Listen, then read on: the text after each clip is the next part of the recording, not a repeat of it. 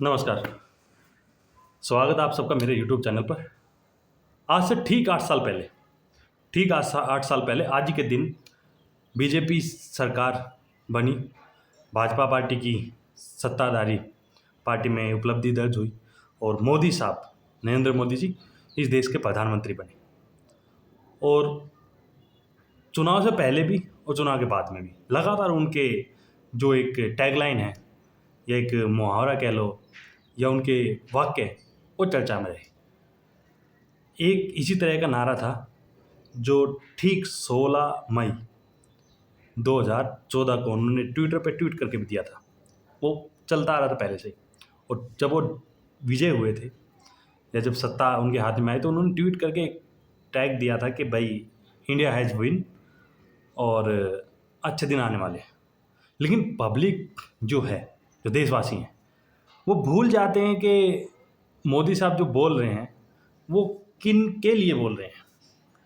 इस चीज़ को मतलब डिफाइन या इसके बाबत मतलब लोग कन्फ्यूजन में हैं।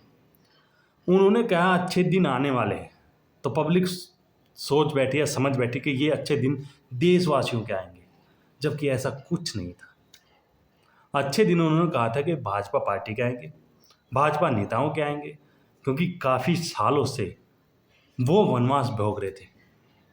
क्योंकि जब आज टाइम इस तरह का है कि कोई भी आदमी करोड़ों लाखों करोड़ों रुपए जब खर्च करके किसी सत्ता पार्टी में आता है, किसी कुर्सी पर बैठता है, तो सबसे पहले वो अपना घर भरेगा।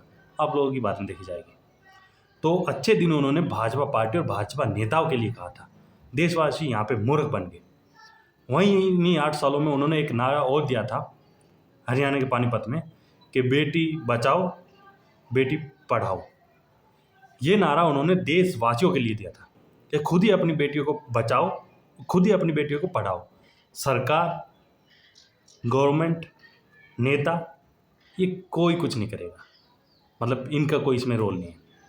क्योंकि 8 सालों में आपने भी देख लिया होगा, लगातार रेप हो रहे हैं, महिलाओं पर अत्याचार हो रहे हैं, लड़कियों को खुलेआम लूटा जा रहा है। और नेता या यूँ कहें कि खुद गृह मंत्री अमित शाह बोलते हैं कि यूपी में रामराज चल रहा है, बेटियां 12 बजे भी गहने लाद के निकल सकती हैं, लेकिन दिन में भी कोई लड़की सेफ नहीं है। वो सबको पता है। उसी तरह से जैसे इलेक्शन टाइम पे नारे चलते थे कि बहुत हुई महंगाई की मार, अब की बार मोदी सरकार। तो ये नारा कोई ये नहीं था कि भाई हाँ अब होगी बहुत, अब तो मोदी सरकार आएगी और ख़त्म करेगी। उस नारे में कहीं ये नहीं था कि मोदी सरकार आएगी या मोदी जी की जो सरकार आएगी तो महंगाई कम हो जाएगी। उसमें कहीं नहीं है बहुत हुई, मतलब उसमें ये नहीं हाँ हुई है, उसको कम कर देंगे या रोक देंगे, ये कहीं उस नारे में डिफाइन नहीं किया गया। तो ये है कि नारों से चलता है देश, इस तरह की समझ रखते हैं कुछ लोग। और उन्हीं नारों की चपेट में आके लोग किसी एक आदमी को अपना कीमती बहुकीमती वोट दे के बैठ जाते हैं। पिछले 8 सालों में जितनी उपलब्धियां सरकार की हैं, शायद गिनवाते गिनवाते 10 घंटे लग जाएं, लेकिन पूरी ना हो पाए।